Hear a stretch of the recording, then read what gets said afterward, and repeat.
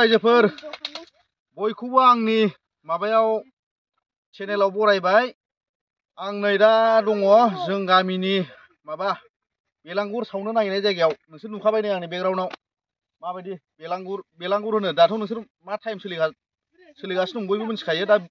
माबा मागोआ मानि दा मोनानिफ्राय नांगोन आरोना दा ओमफ्राय मानि नियम दं आरोखि मानि बेलांगुर सावनाय मानायनो आंथ' खुद नलेज गैया मानि बेलांगुर आं सावफेराखै मायाखै ओमफ्राय जोंनि आमथिखाजों बांद्राय बिदि गैखाया आङो नुनायाव एटलिस्ट नैबे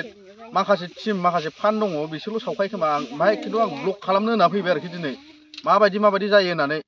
दा नोंसिनिबो देखायलांसां माबायदि सावो मायोनो बुस्थुआथ' नै जिगाब खुंनाया मोनसे मोननै मोनथाम मोनब्रै मोनबा दङ बेयाव आरो अबेबा बैहाय माबा दायना बोराय दंबावोनो आंथ' माबाफेराखै मिथिया जायखिया गावसिनाव सोंनानै लानानै माबानोसै आं दा जायखिया बयखौबो हेपि मागो बयबो इन्जय खालामदो मागोआव दे नायलांबाय थादो ब्लगखौ नायनो इन्टारेस्ट मोनोबा जों गामि आमथेखा आमलायगुरिनि माबा बेलांगुर माबा गोदोनिफ्राय सावबोबाय थानाय बिसोर बिराद गोबाव जाबाय आफादनि बेलांगुर सावग्रा आफादनि दैदेनगिरिफोर बिसोरना फान दं मोनसे ना बे फाननिफ्रायनो नोंसोरो सावबाय थादों बे माबानानै नोंसोरो ओरैनोथ' आमथिखायाव आं नुनो मोनाखै नोंसिनानो माबा नामा अलनि सिमायाव जोंनि आमथेखा एरियायाव जोंल' आमलायगुरियावल' ना गैयाथ' जेरावबो नुवा अलनि सिमायावनो औ अल आमथेखानि सिमा एरियायाव औ खुनु रावबो बाहाय बेलांगुर सावनायखौ रावखौबो जों नोंसोर नुनाय नङा सिगांथाराव दङमोन खोमा मोनफा मोननै खिन्थु बेखौ दा नुला फ्रायानो दा जोंनि बे आमलायगुरिनि सिमानि बिथोराव आमलायगुरियावल' दं आरो बे आमथेखा आमलायगुरि बे बाजारजों एटाच लोगो जोंनि आरो खोमानानै लानाङा बिदिखौ माने थारमाने जों लांबाय थानांगौ जों मोनथिबोनाय उन्दैनिफ्रायनो बे बुस्थुखौ जों बानायबोबाय थादों आरोखि सावबाय थादों दा जों देरबोबाय माबोबाय फिसा फिसौ अनेक गथ' गथायफ्राबो फैसै मासै बेनि गेजेरजों दा बिथांनि चेनेलाबा मामोन बिएम बिथांनि चेनेलनिसिम बिरफुं महिलारि नामानो आंना चेनेला साबायखर बावनाय थाबाय दा बिथाङा जोंनि बे बेलांगुर आफादाव फैनानै ब्लग बानायफैदों बिथांनिसिम गामिनि हिसाबै रोजा साबायखर आरो बिथांनि चेनेलखौ सोर नायग्रा बिथांमोना नायलांदो आरो लोगोसे बिथांनि चेनेलखौ साबसक्राइब बा लाइक शेयार कमेन्टफोर खालामना होनो ने आंनो दे नोंसोरो फारि बेनि मिनिंखौ खिथाना होलाय नैबे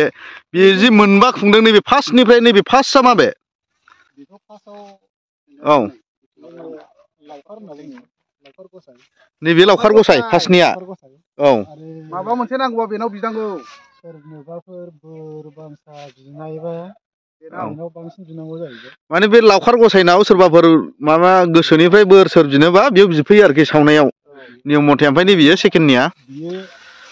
गासिबो माखासे बुस्थुखौनो बिनायखौ साक्सेसफुल खालामो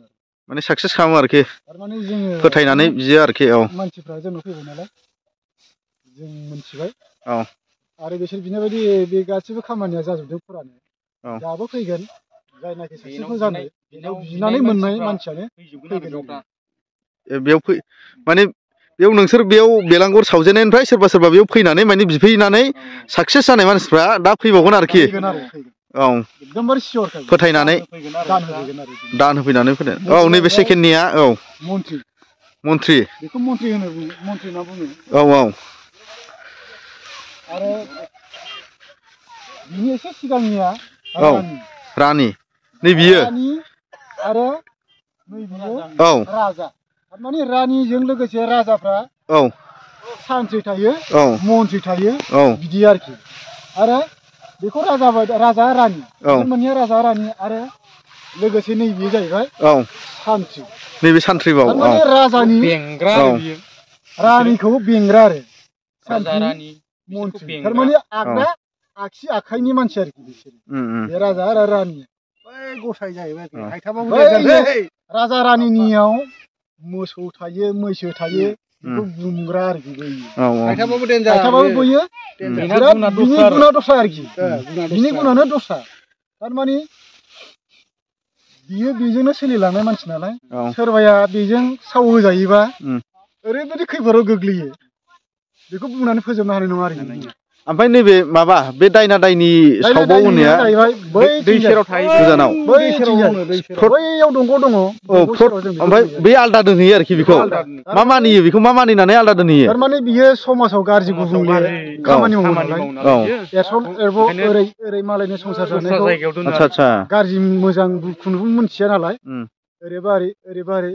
गाज्रि खालामो नालाय ओंखायनो जों बेखौ साइडआव मोनसे नियम बानायनानै साइडआव बेखौ जों सावनाय जायो आरोखि गिबिसिन सावनाया फार्स्ट सावनाया बबेखौ सावगोरो जों होजोंहाय बैखौ सावहैग्रोदों दायना दायनिखौ जों सावबाय जों जेब्ला मोनायावनो दुगैबाय ने जों नैबाहाय फैफिननो मोनला बे जायगायाव जों फैफिननो मोनला डाइरेक्ट जोङो दैमायाव दुगैना जों गोथार जानानैसो नैबाव फैगोन जिथुनाखि जोंनि खामानि मावनांगौ नैबाहाय जों फैगोन नालाय बे फुजा थुजा होनानै जों खामानिखौ मावनानै जों सावनाय जायो आरो दे गोजोननाय थाबाय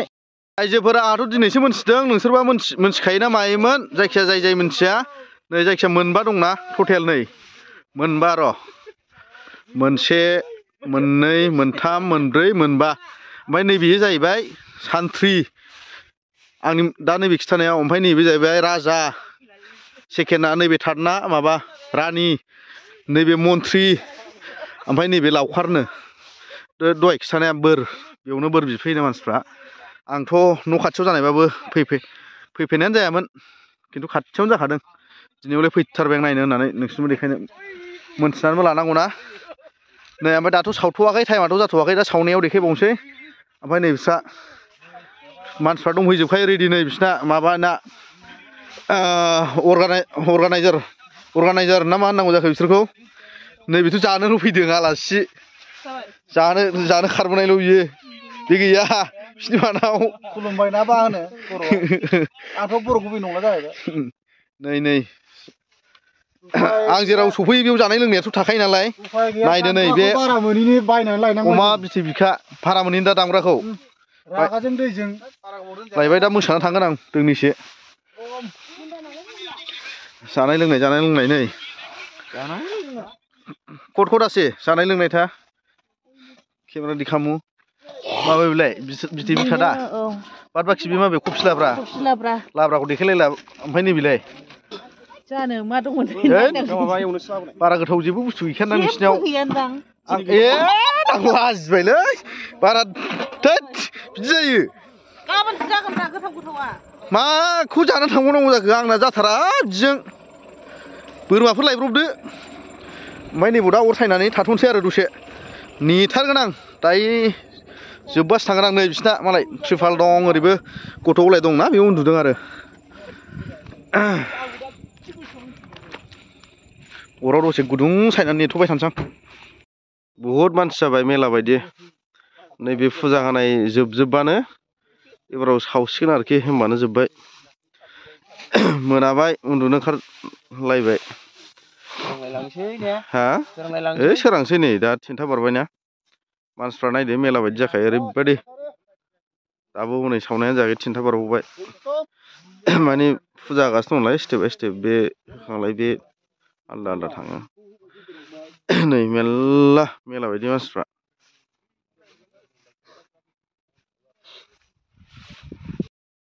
नै जोंना सावजेनबाय बेलांगुरखौ नेयैनो 4:30 जालायबाय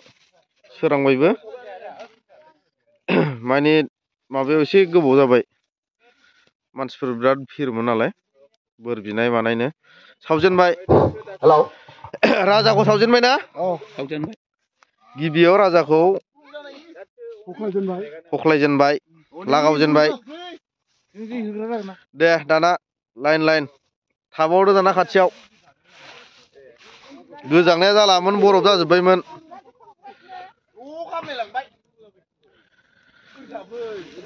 आथिं आखाइ जालामोन नै दिनै माखौबा सावनायनि सावला जोबदो ओइ लागाव बमा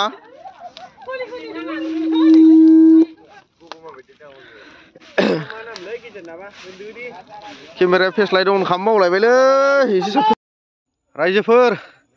दिनैनि ब्लगा आंना बेखिनियानोमोन माने नुफेरैखाय फैबाय आं गोसो जानानै नेथाबनो नायफैनो माने आङो थाबफेरथारखायाखै आं जेरावबो जायखिया दिनै एसे मिथिबाय जों मिथिनानै लानांगौ उफाय माबा जेनेबा जायखिया जे हायो एसे एनै नोंसिनोबो देखायलाबायबाय आं सोरबा सोरबाथ' सावबाय थाखायानो मिथिखायो फ्रायानो ओमफ्राय सोरबा सोरबा मिथियैफ्राबो एसे आं एसे मिथिनाय बायदि मिथिफाबाय खोमा जायखिया जाय आंनि ब्लगखौ नायनानै